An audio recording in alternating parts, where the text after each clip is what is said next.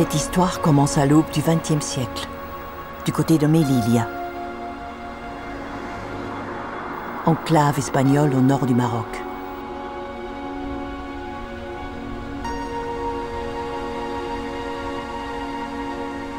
Sur un tout petit territoire peuplé de tribus berbères,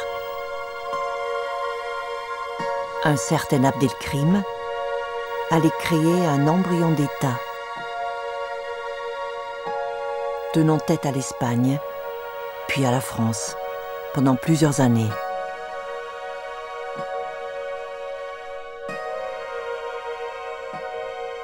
Avant d'être exilé à l'île de la Réunion, où il est filmé ici comme un piètre trophée de guerre, en avril 1927.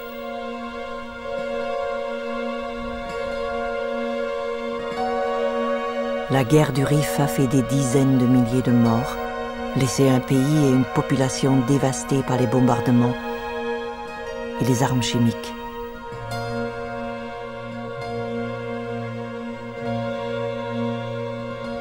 Abdelkrim s'évadera au cours de son transfert en France, en 1947. Après avoir trouvé refuge au Caire, il y sera enterré en 1963, comme une grande figure du monde arabe, sans avoir jamais pu remettre les pieds dans son pays.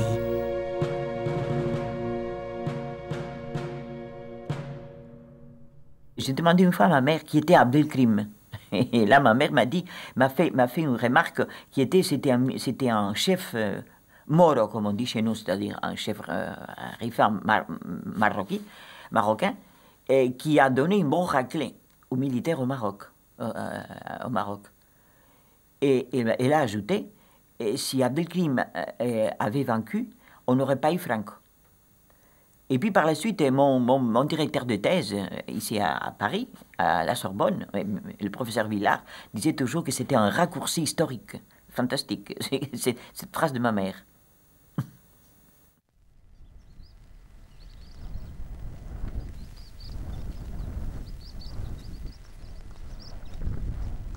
Abdelkrim fait partie d'une famille de notables appartenant à la tribu des Bni Ouriarel. Après des études de droit à Fès, il se met au service des Espagnols à Melilla, comme professeur, interprète, journaliste, puis juge des affaires musulmanes. Abdelkrim et son père militaient auprès des tribus pour favoriser la présence espagnole. C'est ce qu'il racontera au capitaine Sagne, officier interprète de l'armée française, qui l'accompagne dans son exil.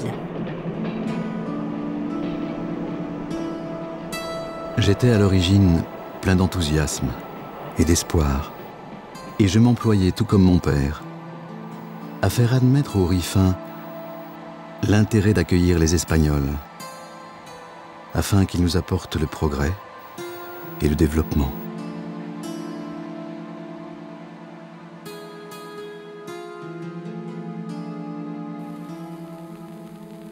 Mais l'impatience des sociétés minières allait en décider autrement. Les relevés géologiques, réalisés entre 1905 et 1907, avaient effectivement confirmé la richesse des gisements de fer à proximité de Melilla, aiguisant les appétits pour ce nouvel Eldorado.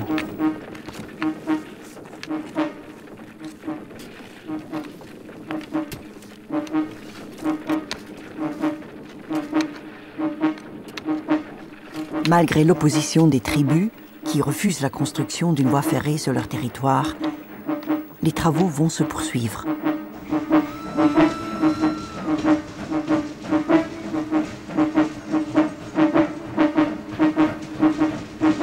En juillet 1909, 6 agents des chemins de fer sont tués par les Rifains, donnant le prétexte à une intervention qui va se solder par un cuisant échec au Barranco del Lobo, où les Espagnols sont écrasés en quelques heures.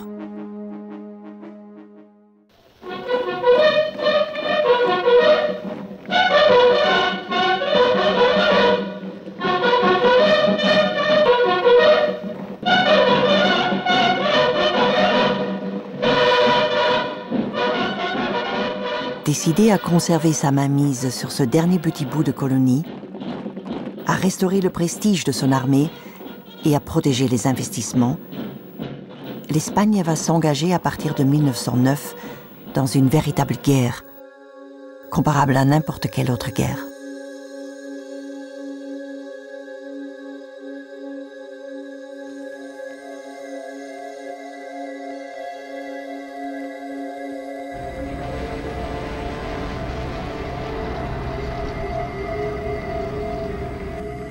L'injustice de la conscription qui ne touche que les fils du peuple provoque à Barcelone une semaine d'insurrection qui sera férocement réprimée et restera dans la mémoire espagnole la semaine tragique.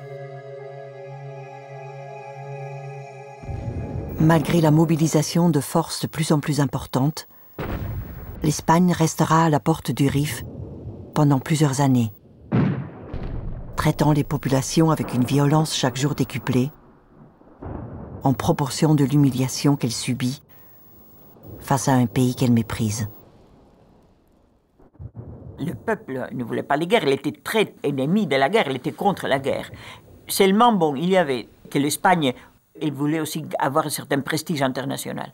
Par exemple, le chef du Parti libéral, le comte de Romanones, indépendamment du fait qu'il avait des intérêts aux mines du Rif, il disait toujours « l'Espagne n'a qu'une politique étrangère sur le Maroc ». C'est-à-dire, en ayant perdu ses colonies en Amérique, l'Espagne voulait quand même se réaffirmer au niveau international en tant que puissance. Et la seule manière de s'affirmer, c'était avoir des colonies. Un pays européen qui à l'époque n'avait pas de colonies n'était rien. C'était l'époque des grandes expansions coloniales et impérialistes. La France, qui attendait depuis longtemps de s'emparer de la plus grande partie du Maroc, intervient à Fès en 1911, sous prétexte de sauver le sultan, menacé par une insurrection.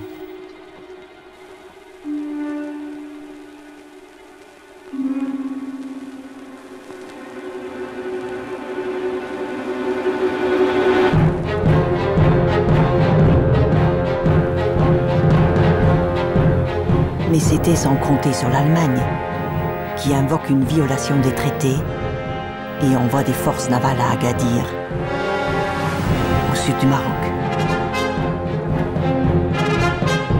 L'Europe est sur le point de s'embraser.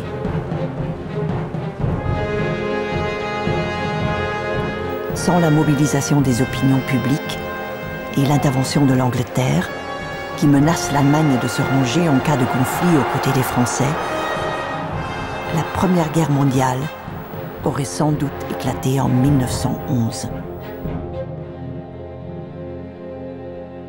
Les Français ont foutu le feu au Maroc par leur politique qui s'appelle l'État marocain à partir du début du XXe siècle. Le paradoxe, c'est qu'on demande à Lyautey d'éteindre un incendie que son pays a allumé au Maroc. Alors que l'Espagne ne parvient pas à dépasser la zone qu'elle occupe déjà, le résident général Lyautey va entreprendre à partir de 1912 l'occupation du Maroc français, qu'on appelle, par un doux euphémisme, la pacification. Monarchiste convaincu, Lyautey est un pur produit de l'armée coloniale. Il a déjà fait ses preuves au Tonkin, à Madagascar et en Algérie. Et par son respect de l'islam, il est apprécié des notables locaux, piliers du régime.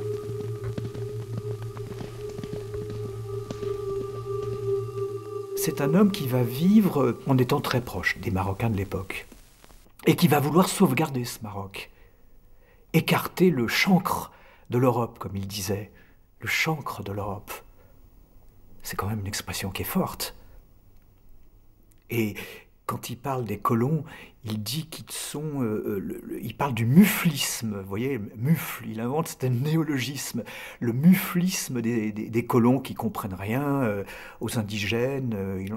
Quelquefois, il dit les Marocains, mais il dit quand même très souvent les indigènes, c'est le langage de l'époque. Enfin, il y a quelquefois... On a quelquefois l'impression qu'il n'est pas loin d'enjamber la barrière coloniale. Il ne l'enjambe pas complètement.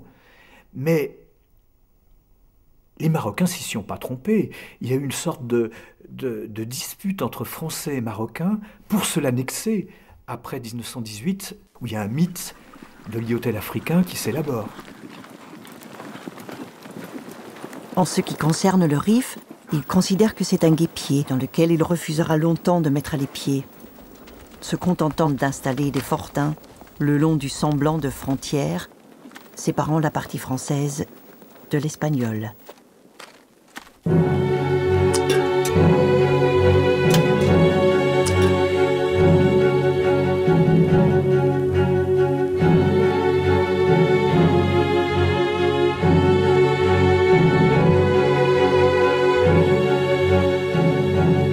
Le partage du festin colonial, nécessaire aux appétits industriels et financiers européens, impose parfois des sacrifices. Tandis que les hommes s'entretuent sur le terrain, dans la violence inconcevable des armes nouvelles, les mines du Rif continuent de produire et d'alimenter en fer l'Angleterre et l'Allemagne, leurs plus gros clients.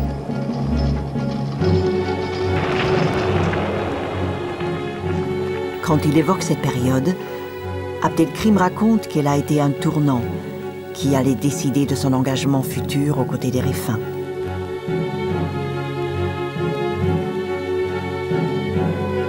J'avais fait mon possible pendant des années pour convaincre les Espagnols de changer de conduite à l'égard du Rif. Mais ils passaient leur temps à nous dresser les uns contre les autres.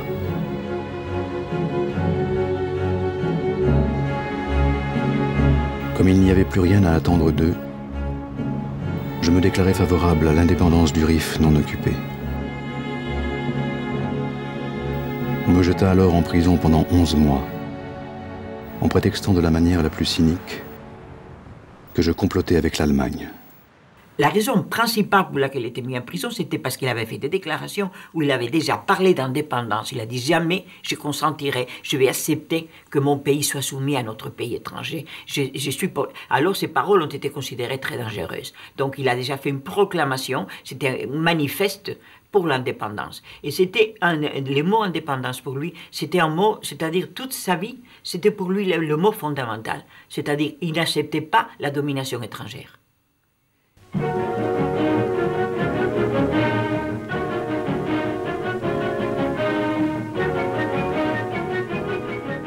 Dès 1918, le roi d'Espagne Alphonse XIII, impatient de laver l'affront de 1909 et de mettre enfin la main sur la totalité du Rif, se renseigne auprès des autorités allemandes sur la fabrication des armes chimiques.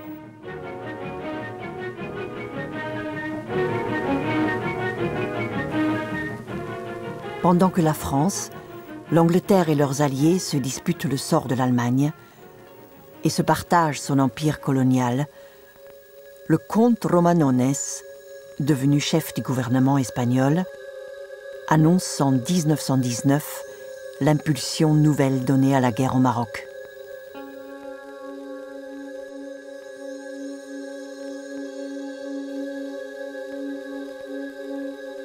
À partir de l'année 1920, le général Sylvestre, choisi pour réactiver les opérations militaires, progresse à une vitesse fulgurante en réussissant à soumettre de plus en plus de tribus sur son passage.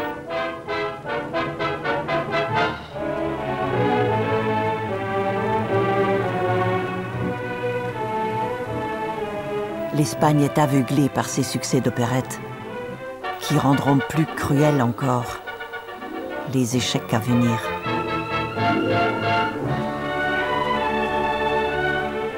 La plupart de ces conquêtes qu'on présentait dans la presse comme des grandes conquêtes et des grands triomphes militaires, en fait, ils étaient obtenus par le soudoyant les notables des Kabyles. C'est-à-dire, on pactisait, on parvenait à des accords comme quoi on occupe les territoires en échange en monnayant de l'argent. Au royaume des aveugles, les borgnes sont rois. C'est à cette période que Milan Astrée fonde el Tercio, sur le modèle de la Légion étrangère française, en confiant à Franco le commandement de la première Bandera, composée de 3 compagnies.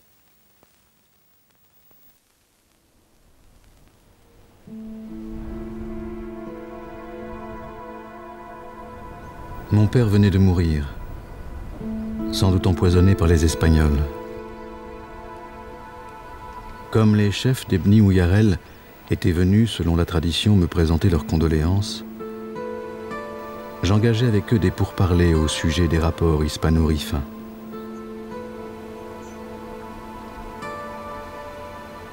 Bien qu'ils soient portés à la discorde dans les temps d'insouciance, les Rifains ne tardent pas à s'unir quand ils sentent leur liberté menacée. La lutte intertribale déchirait le pays. C'est-à-dire seulement à l'occasion où il y avait un ennemi étranger, il y avait des coalitions tribales. Mais c'était toujours éphémère, parce que toujours quand ce péril, ce danger passait, ils se séparaient de nouveau. Mais il n'y avait pas une union, ils se combattaient les uns aux autres. Ce qu'il a dit, c'est qu'il faut finir avec ces combats, ces luttes antérieures, et il faut penser à l'unité. Pour lui, le mot unité, union, c'était fondamental.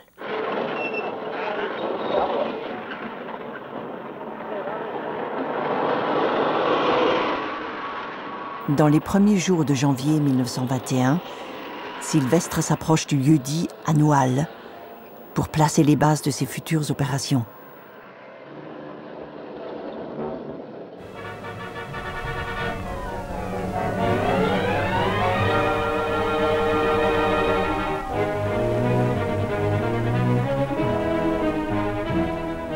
L'Espagne, qui ignore combien l'autorité d'Abdelkrim s'est renforcée au fil des mois, prend ses rêves pour des réalités et enregistre ses premières défaites contre des tribus qui se renforcent de jour en jour. Tandis qu'au fil de semaines, toutes les positions autour d'Anoual ont cédé les unes après les autres, dans la nuit du 21 juillet 1921, le général Sylvestre envoie plusieurs télégrammes de suite, en réclamant des renforts. Que ce soit tout de suite, autrement plus la peine. À l'aube, le signal de la retraite est donné.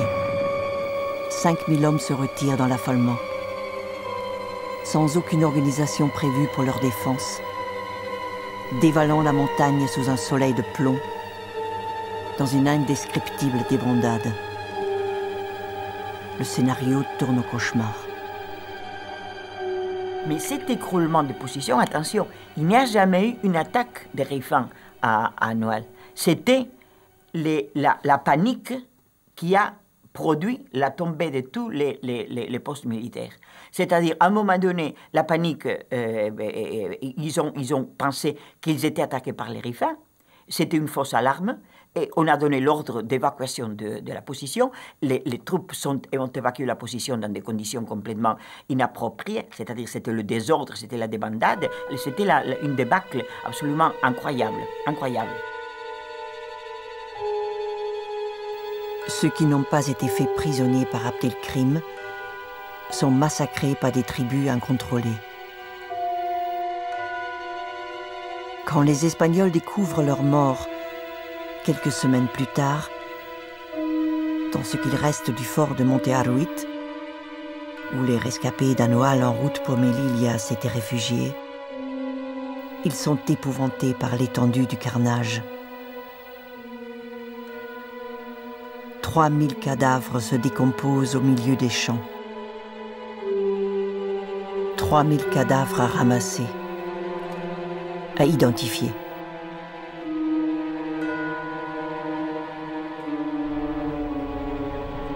J'ai tout fait pour éviter ce massacre. Dieu m'en est témoin. Il a été perpétré par des Rifains qui vivaient en totale anarchie et ne respectaient pas mes ordres. En ce qui concerne la débâcle d'Anoual, elle nous rapportait en plus des prisonniers 150 canons, 10 000 fusils, d'incalculables stocks d'obus et des millions de cartouches, des automobiles, des camions, des médicaments, du matériel de campement. Pour ménager une porte à la négociation et épargner d'autres vies humaines, je faisais en sorte de ne pas occuper Melilla et je libérais les femmes et les enfants. Il sait bien que la guerre, c'est sa fin.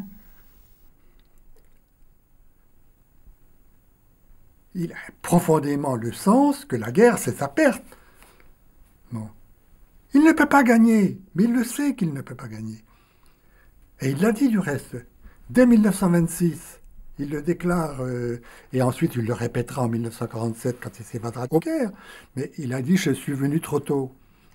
Ce n'était pas possible de faire la rupture à cette époque-là.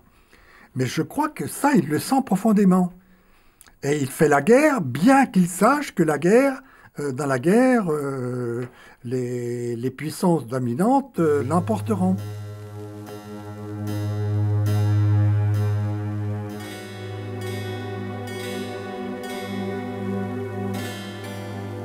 Tandis qu'Abdelkrim attend l'ouverture de négociations pour établir la paix sur des bases sérieuses, le gouvernement espagnol ne pense qu'à une revanche rapide et à récupérer ses prisonniers par la force.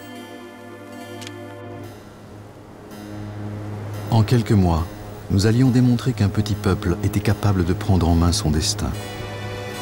J'allais jeter les bases d'un État, commencer à moderniser la vie des tribus et les unifier. J'allais créer une justice, une armée, une école. J'allais entreprendre un recensement de la population. J'allais même convaincre les Rifins de payer un impôt pour financer nos dépenses.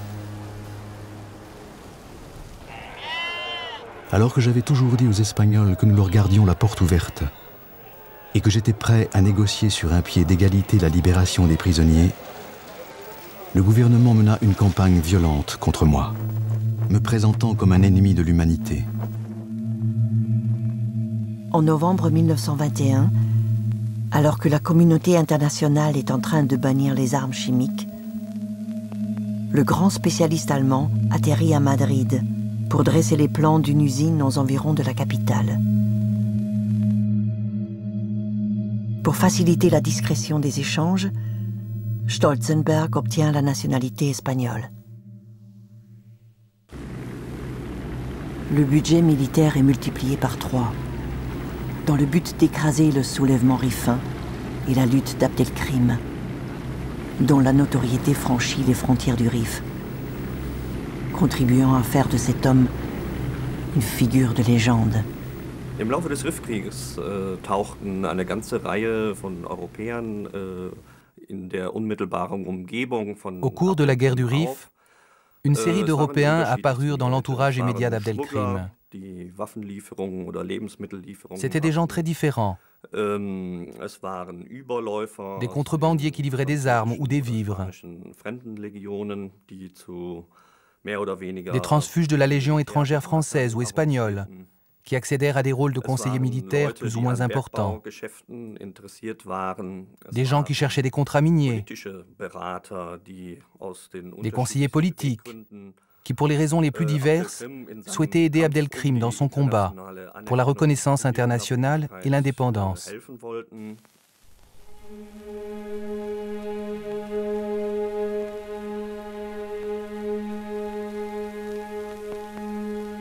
Tandis que la reine rend charitablement visite aux blessés du Maroc, Indalecio Prieto, grand orateur socialiste, s'indigne au Cortés de ce que les légionnaires ne fassent pas de prisonniers. Il est vrai que Franco autorise ses légionnaires à tuer, violer, piller, brûler et mutiler.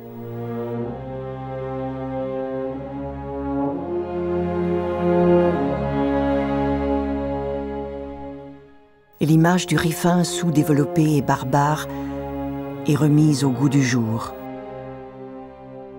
Après l'avoir transformé en sauvage, on lui ôte peu à peu tous les attributs de l'humanité. Après l'avoir ridiculisé, on le chosifie pour pouvoir le combattre sans plus se poser de questions.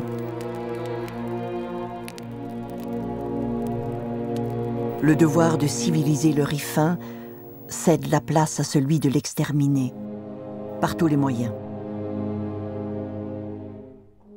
Ces militaires étaient en général des militaires qui faisaient partie des troupes de choc.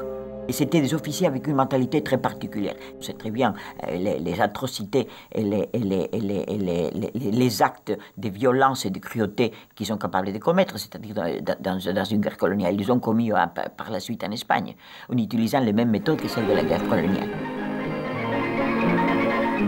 Pendant que Madrid hésite sur le sort des prisonniers espagnols, le comte Romanones, fidèle à lui-même, exhorte le gouvernement à ne pas quitter le Maroc, affirmant que le Maroc est une question de vie ou de mort, tandis que la gauche s'en prend à la politique minière qui ne justifie pas la guerre. Si la presse n'a pas de mots assez durs pour parler d'Abdelkrim, Luis Oteiza, le directeur du journal La Libertad, rencontre Abdelkrim pour témoigner de la situation et informer les familles des prisonniers espagnols qui attendent depuis 1 an leur libération.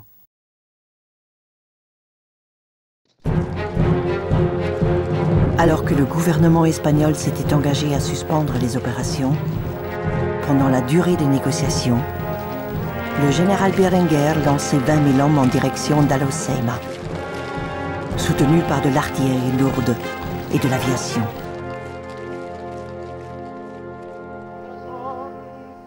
Malgré la puissance dont dispose l'armée espagnole, elle subit encore de nouvelles défaites et doit se replier, déversant sur le Rif des tapis de bombes, lui rendant sous forme manufacturée ce qui lui a été arraché.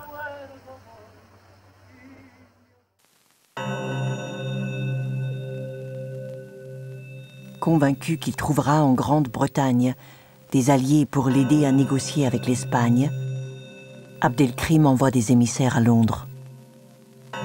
Il demande de l'aide sanitaire et la rupture des contrats militaires avec Madrid. Mais le gouvernement ne discute pas avec des rebelles. C'est au cours de cet été 1922 qu'une usine d'armes chimiques voit le jour à la porte de Melilla.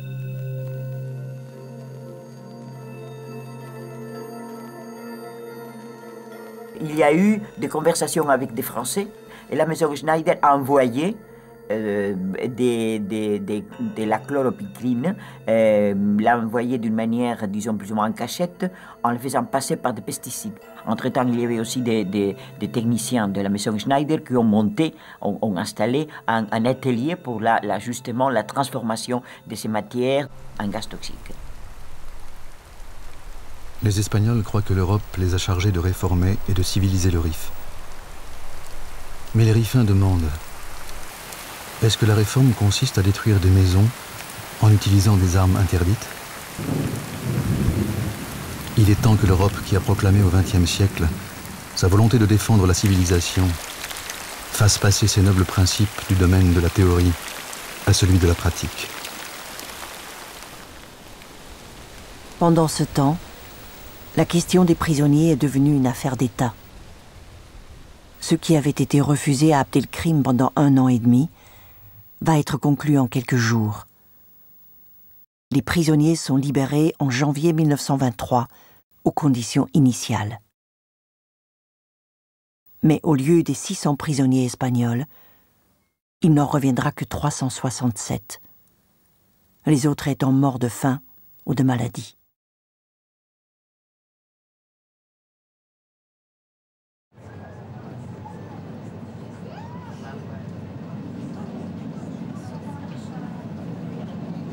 Poursuivant son chemin vers l'indépendance, Abdelkrim proclame la République du Rif en juillet 1923. Elle se dote d'une assemblée où siègent les représentants élus de 41 tribus, d'un gouvernement, de ministres, et comme toute république moderne, elle revendique son indépendance, son droit à l'autodétermination, et propose au reste du monde des relations d'État à État, dans le respect du droit international et des peuples à disposer d'eux-mêmes.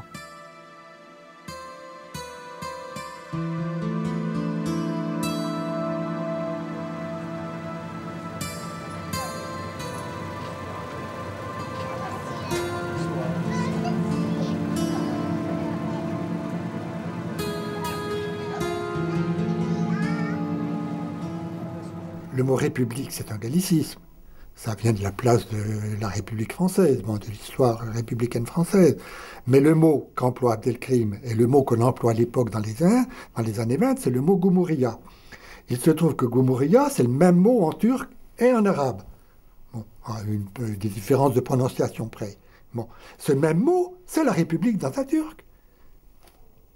Et en même temps, c'est la République des Soviets. C'est marrant dans les années 20. Atatürk et les Soviets, c'est la même chose. Et ça, c'est Gumuriya. Ça, c'est la République. C'est en quelque sorte le peuple autodéterminé qui organise son émancipation. On a cherché à me faire passer pour un rebelle sanguinaire, un esprit retors, alors qu'il ne s'agissait pour nous que de défendre nos droits en faisant valoir la légitimité de notre cause.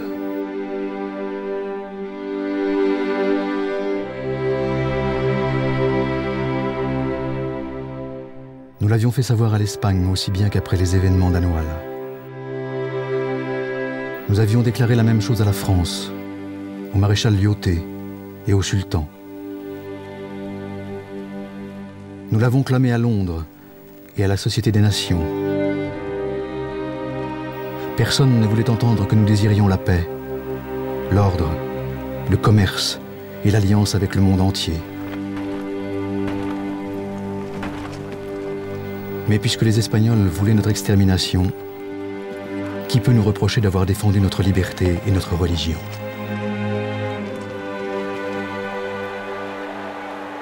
Tandis que l'Espagne est secouée par les révélations sur les responsabilités du désastre d'Anoual, le coût humain de cette guerre qui n'en finit pas, et les revendications ouvrières stimulées par la révolution soviétique, Alphonse XIII confie à Franco les clés de la Légion, la troupe d'élite du Rif.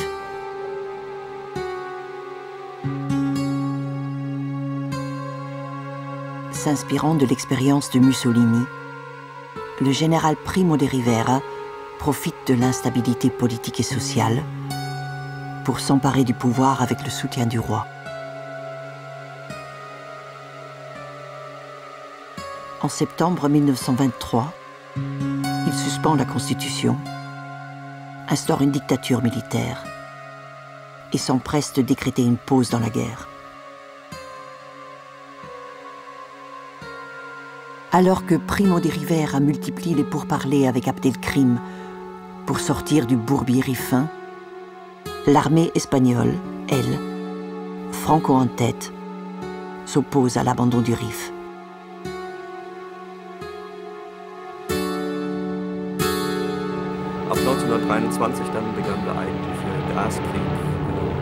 À partir de 1923, commença la véritable guerre chimique contre la population rifaine par bombardement aérien. Ensuite, l'usage des gaz fut renforcé. On bombardait des marchés, des villages, la population civile, des terres agricoles.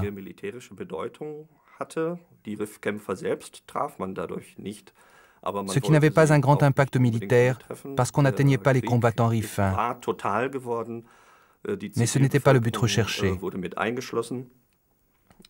La guerre était devenue totale, englobant la population civile.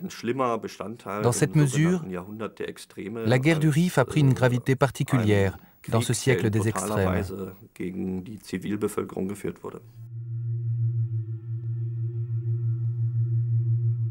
Lyautey, qui redoute à présent que la situation dans le Rif ne se propage à toute la région, réclame des renforts pour stopper celui qu'il décrit comme le champion de la cause musulmane. Il demande à occuper la rive droite de l'Ouéra afin de couper à Abdelkrim le grenier à blé du sud rifin.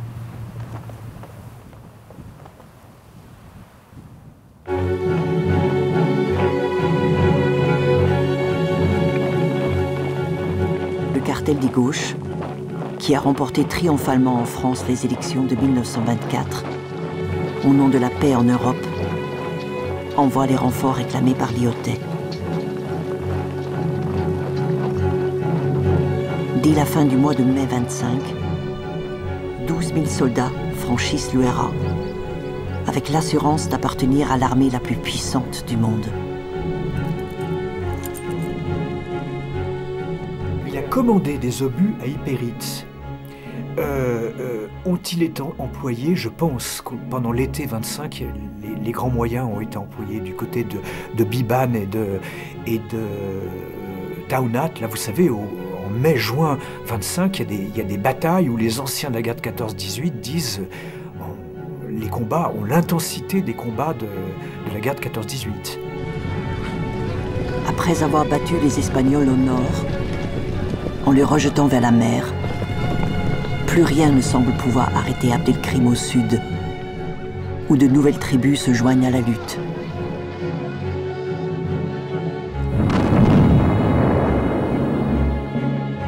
Malgré les bombes de Lyautey, le pacificateur, Abdelkrim repousse les forces françaises, s'empare de la vallée de l'Ouéra et de ses ressources, tout en menaçant Fès et Taza.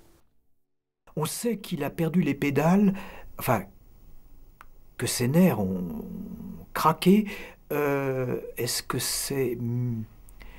Oui, vers la mi-juillet, lorsqu'il envoie ce télégramme au Quai d'Orsay en disant « Il faut reconnaître la République du Rif, pas l'indépendance, mais son autonomie, et puis négocier après avec Abdelkrim ».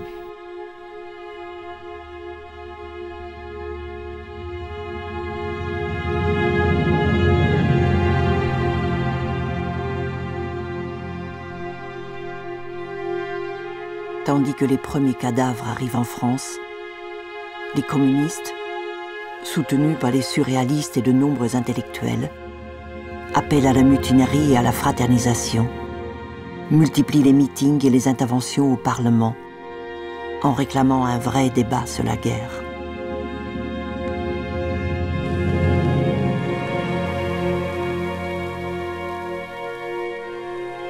Pour le cartel des gauches, la guerre se mène aussi avec l'opinion publique. Painlevé brandit les risques d'extension du conflit et d'effondrement de l'empire colonial. L'équation entre islam et fanatisme justifie la répression militaire.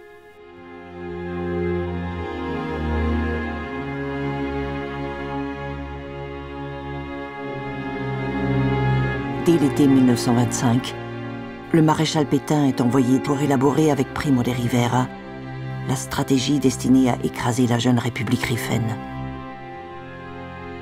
À partir de la disqualification, si l'on peut dire, de Lyautey, Pétain est inévitable.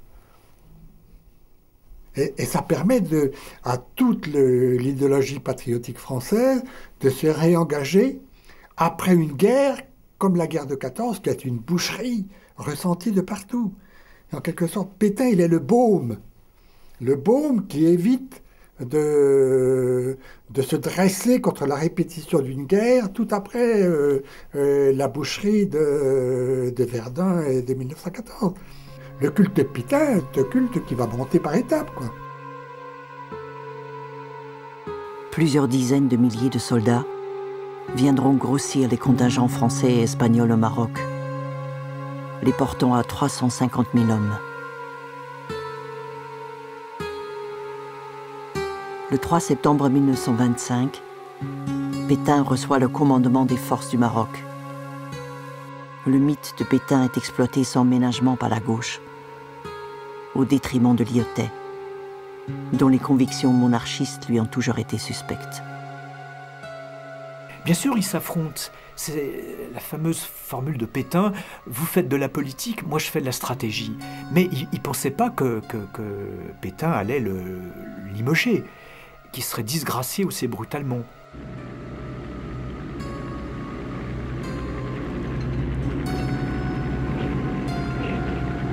Le plan d'action nécessite l'utilisation du matériel le plus moderne, à une échelle inconnue jusqu'alors dans une guerre coloniale.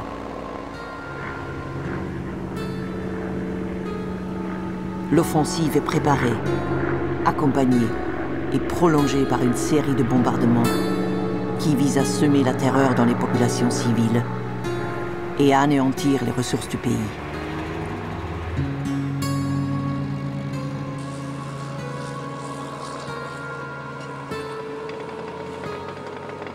L'Espagne, qui avait essayé tant de fois de s'emparer de la baie d'Aloceima, réussit enfin l'exploit, en portant un coup fatal à la République du Rif. Franco, toujours sur la photo, deviendra à 33 ans le plus jeune général d'Europe, recevant à Paris la Légion d'honneur pour ses hauts faits dans le Rif. Malgré les appels au secours qu'Abdelkrim adresse au monde entier, plus rien ne semble pouvoir arrêter le rouleau compresseur de l'impérialisme européen.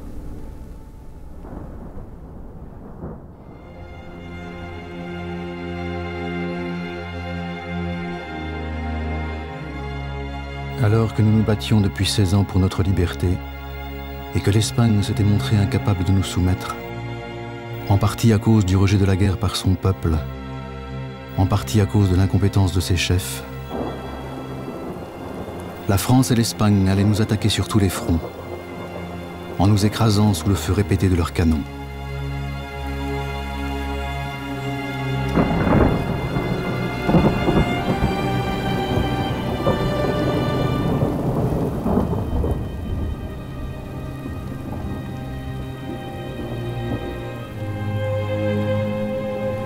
Painlevé connaît une opposition de plus en plus dure, toujours orchestrée par les communistes, auxquels se sont joints des socialistes, qui lui reprochent à présent le gâchis humain et matériel de la guerre.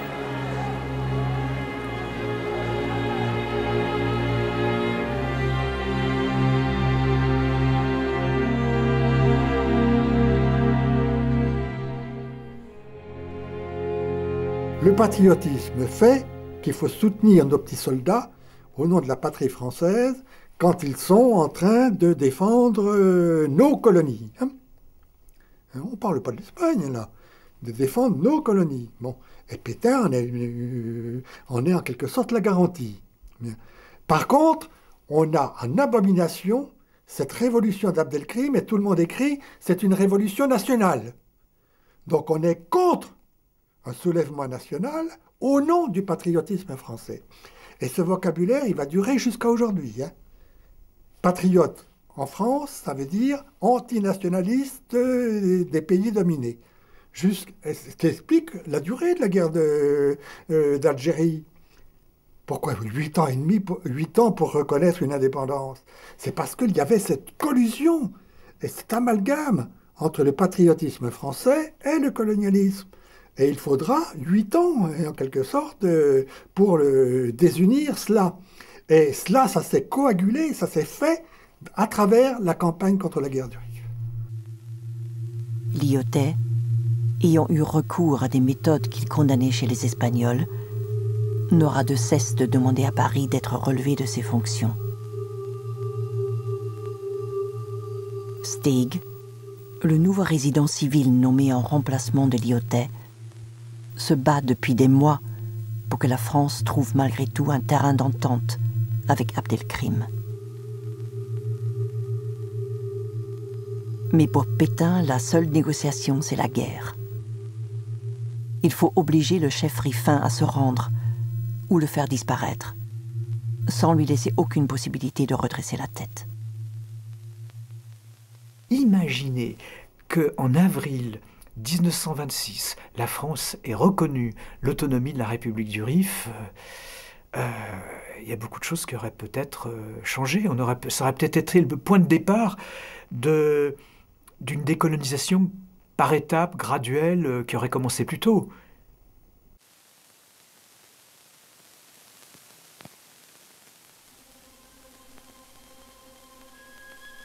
Malgré les pourparlers de paix engagé par Steig avec Abdelkrim en avril 1926, le pilonnage du pays se poursuit. Pétain va balayer en quelques semaines la résistance rifaine.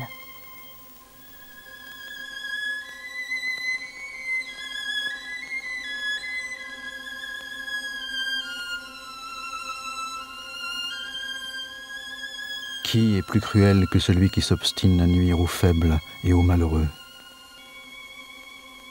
Ils ont supprimé pour nos blessés la possibilité de recevoir des soins et de voir soulager leurs souffrances.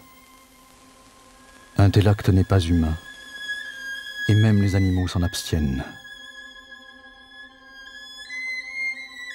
Je pense que ce qui a fait qu'Abdelkrim, qu'à la fin, bon, le projet d'Abdelkrim n'a pas réussi, bon, je crois parce que dans le contexte de l'époque, ce n'était pas viable cet État. Ce n'était pas viable parce que le Rif était une partie du Maroc. Du moment où les sultans ne suivaient pas, les puissances européennes n'allaient pas accepter ce dégagement d'une partie du Maroc. C'était un danger pour l'avenir aussi, pas seulement de ce qui est le Maroc, mais pour l'avenir de tous les restes des pays de l'Afrique du Nord, de lutte indépendante des autres pays. C'était un précédent dangereux. Le 27 mai 1926, au petit matin, après une nuit terrible, au cours de laquelle Abdelkrim s'interroge sur le bien fondé de sa décision, il se rend aux Français, qui le transfèrent à Fès. Der Rifkrieg ist ein ganz faszinierendes Beispiel der Kolonialkriegsgeschichte. La guerre du Rif est un exemple tout à fait fascinant dans l'histoire des guerres coloniales. C'était une guerre coloniale au retentissement incroyable, et peut-être la plus marquante de toutes. Elle a donné naissance à un État reconnu par personne. Mais c'était un nouvel État parce que la population rifaine l'a vu ainsi. Et pour moi, c'était une raison suffisante. C'est presque la meilleure incarnation des possibles. Bon. Mais il faut voir quels étaient les possibles. Or, il a incarné ces possibles. Il les a incarnés tout en sachant qu'il n'y avait pas d'issue. C'est ça qui est extraordinaire dans l'histoire d'Abdelkrim.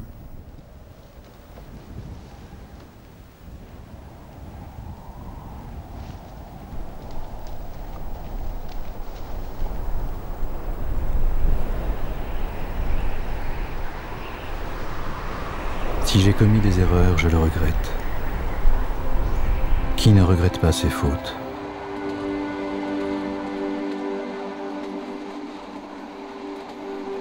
Je suis convaincu que si nous en avions eu le temps, nous serions devenus une grande nation d'hommes libres. Notre combat a donné aux Rifins une fierté, un espoir, une confiance en soi qu'aucune défaite ne pourrait effacer. L'aspiration à la liberté et à la détermination de notre peuple durera au-delà de la puissance de nos oppresseurs. Je suis venu trop tôt, mais j'étais convaincu que nos espoirs se réaliseraient un jour. Cette guerre, l'étranger nous l'a imposée.